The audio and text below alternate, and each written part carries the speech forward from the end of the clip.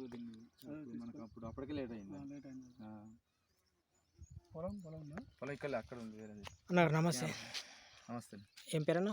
నా పేరు వెంకన్న. వెంకన్న. ఇది ఎక్కడన్నా ఏ ఊరు ఇది? మాది తిరుమలాయపల్లి, రాయపర్తి మండలం తిరుమలాయపల్లి. ఓకే ఓకే, రాయపర్తి మండలం తిరుమలాయపల్లి. జస్ట్ అప్సైడ్ తీసుకున్నారు కదా, మీరు ఎన్ని లీటర్లు వాడారు, ఏ పంట వాడారు?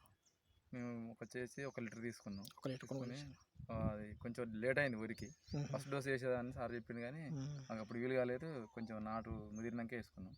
దాని రిజల్ట్ కొంచెం చూపెట్టింది కానీ ఇక తోటకు మాత్రం ఫస్ట్ నుంచి వాడుతున్నాం. ఇది వచ్చేసి ఏ మిర్చి అండి? ఇది తేజ రకం. తేజ రకం. అంటే ఇప్పుడు ఈ మిర్చి సాగు చేయబట్టి ఎన్ని రోజులు అవుతుంది? ఇది 55 రోజుల నుంచి 60 రోజుల మధ్య.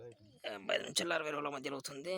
ఓకే, అంటే ఇప్పుడు మీరు ఇందులో మిర్చిలో వాడేమంటున్నారు కదా, మామూలుగా మిర్చి సాగు చేయబట్టి మీరు ఎన్ని రోజులు అవుతుంది? అంటే ఈ సంవత్సరం ఇంతకుముందు సాగు చేసిన మిర్చి? ఇంతకుముందు పోయిన 2-3 సంవత్సరాలు సాగు చేయలేదు. అటుముందు 4-5 సంవత్సరాల కింద సాగు చేసినా కానీ ఈ 2 సంవత్సరాలు డీసెంట్ లేదు. ఈ సంవత్సరం మళ్ళీ ఫస్ట్ స్టార్ట్ చేసినాం.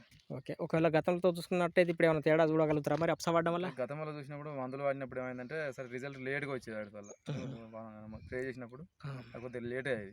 ఈ అప్సా అలా కలిపి వాడడం వల్ల ఏమవుతుందంటే రిజల్ట్ అనేది చాలా రోజులు టైం పడుతుంది. మందు స్ప్రే చేసినా కూడా ఒకరోజు స్ప్రే చేసినప్పుడు 1 వారం రోజులకి ఆగుతుంది. అంటే ఇప్పుడు పనితనం అనేది త్వరగా మొదలవుతుంది, ఎక్కువ కాలం నిలవకుంటుంది. ఈ విధంగా రైతు గారి బెనిఫిట్. ఓకే, ఇప్పుడు మీరు ఈ మిర్చి కాకుండా ఇంకేమేమి పంట సాగు చేస్తారు? వరి వచ్చేసి పత్తి 2. మొత్తం ఎన్ని ఎకరాలు సాగు చేస్తున్నారండి? పత్తి 2 ఎకరాలు వేసాం. సరే అండి, ఇప్పుడు మీకు ఇది ఏ విధంగా పరిచయం?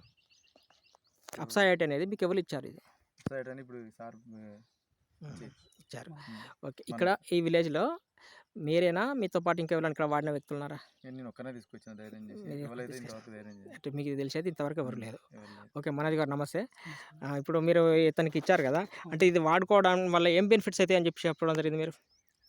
ఇది వాడడం వల్ల ఎట్లుంటుంది, ఫర్ ఎగ్జాంపుల్ మనం మందు కొడతాం, డిఏ వేసినప్పుడు ఏం చేస్తుంది అంటే డిఏ వర్షం పడింది అనుకోండి, అది జస్ట్ అట్లా వర్షానికి వెళ్ళిపోతూ ఉంటుంది. కానీ ఇది ఎండ కొట్టినా కూడా ఏం చేస్తుంది అంటే డిఏ అప్సా కలిపి పెట్టుకోవడం వల్ల ఆ మందు అనేది తొందరగా వేరే వేసుకొని తీసుకెళ్ళి చెట్టును కింద నుంచి గ్రోతింగ్ చేస్తూ ఉంటుంది. ఓకే, ఒకవేళ మనం పైన స్ప్రే చేసుకున్నా కూడా మనం కొట్టేడు మందులు కలుపుకొని కొట్టుకుంటే ఆ మందు అనేది చెట్టుకు పట్టుకుంటుంది. చెట్టుకు పట్టుకుని ఆ చెట్టు ఆకు ద్వారా అట్లా ఆ విధంగా మళ్ళీ గ్రోతింగ్ చేస్తూ ఉంటుంది. మొత్తానికి అయితే ఏ రకంగా చూసినా రైతులకైతే ఇది బెనిఫిట్ అంటారు. 100% బెనిఫిట్. 100%. ఇంకా గారు మీరేమనుకుంటున్నారు? అదే సార్ మేము చెప్పేది అంటున్నా. స్ప్రే ఈ వరకు స్ప్రే చేసి ఏమైందంటే అది కోసి ఒక 5 రోజులకు మళ్ళీ స్ప్రే చేయాల్సి వచ్చు. ఇది వచ్చినాక ఏమవుతుందంటే అట్లా టైం తీసుకుంటుంది. ఇంకో 10 days దాకా ఆ మందు అనేది కంటిన్యూ అవుతుంది. అంటే ఇప్పుడు మీరు మధ్యలో ఒక దఫా వాడడం మానేస్తే మీకు పెట్టుబడి రూపంగా చూసుకుంటే ఎంత డబ్బులు ఆదా అయినట్టు? అదే ఇక స్ప్రే ఆ మందుల ఖర్చును బట్టి మినిమం ఒక 1500 దాకా ఆదా అయినట్టు. మరి ఇప్పుడు మిర్చి అంటే చూసుకుంటే ఒక 6-7 నెలల పంట ఉంటుందా? ఉంటుంది కదా, 6 నెలలు ఖచ్చితంగా. 6 నెలలు ఉంటుంది. మామూలుగా ఇప్పుడు 3 దఫాలకు 2 దఫాలో ఒక దఫా తప్పియడం జరుగుతుంది. అంటే ఈ లెక్కను చూసుకున్నట్టయితే నెలకు ఒక 2 దఫాలు కొడతారా, 3 దఫాలు కొడతారా మీరు? నెలకు వచ్చేసి 4 దఫాలు కొడతారు. 4 దఫాలు, అందులో ఒక దఫా తప్పినా కానీ 6 సార్ల కంటే 6,500 10,000 రూపాయలు అయితే పెట్టుబడి తప్పినట్టే. ఓకే, మళ్ళీ తర్వాత మీరు వేసే మందులు కూడా ఎక్కువ ఎఫెక్టివ్గా పనిచేస్తున్నాయని చెప్పి అంటున్నారు. రిజల్ట్ కూడా కొంచెం మంచిగా నీట్గా వస్తుంది. మనకు కావాల్సింది అదే కదా. ఓకే ఓకే అండి. మరి ఇప్పుడు మీ తోట రైతులు ఎవరైనా చూసి మీ తోట గురించి ఏమైనా మాట్లాడడం జరిగిందా? తోట రైతులు అంటే మా దగ్గర ఎక్కువ మిర్చి వేస్తే వస్తారు చూసి కానీ మా దగ్గర ఎక్కువ మిర్చి వేయలేదు.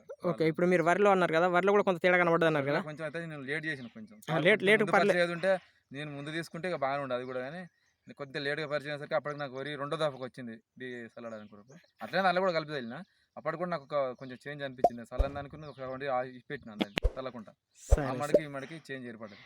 ఓకే ఓకే, మంచిది వెంకన్న గారు.